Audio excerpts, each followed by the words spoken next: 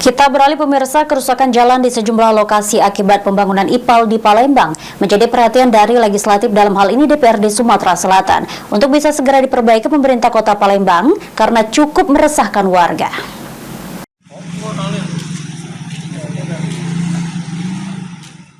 Saat ini beberapa ruas jalan di Kota Palembang, khususnya di 16 Ilir, 14 Ilir, dan lokasi lainnya alami kerusakan akibat proyek pembangunan instalasi pembangunan air limbah atau IPAL.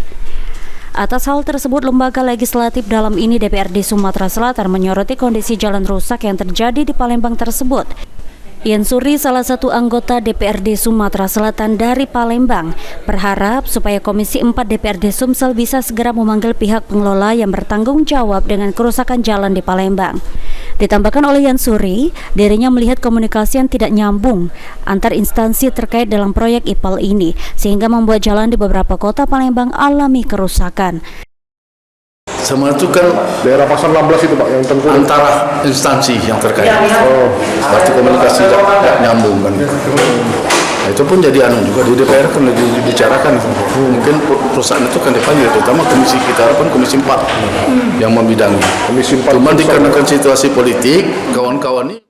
Kerusakan jalan yang ada saat ini, khususnya akibat proyek pembangunan IPAL, cukup dikeluhkan oleh warga. Karena selain membahayakan pengendara, jalan yang rusak juga menyebabkan jadi becek dan banjir saat hujan tiba. Firman Hidayat, PAL TV.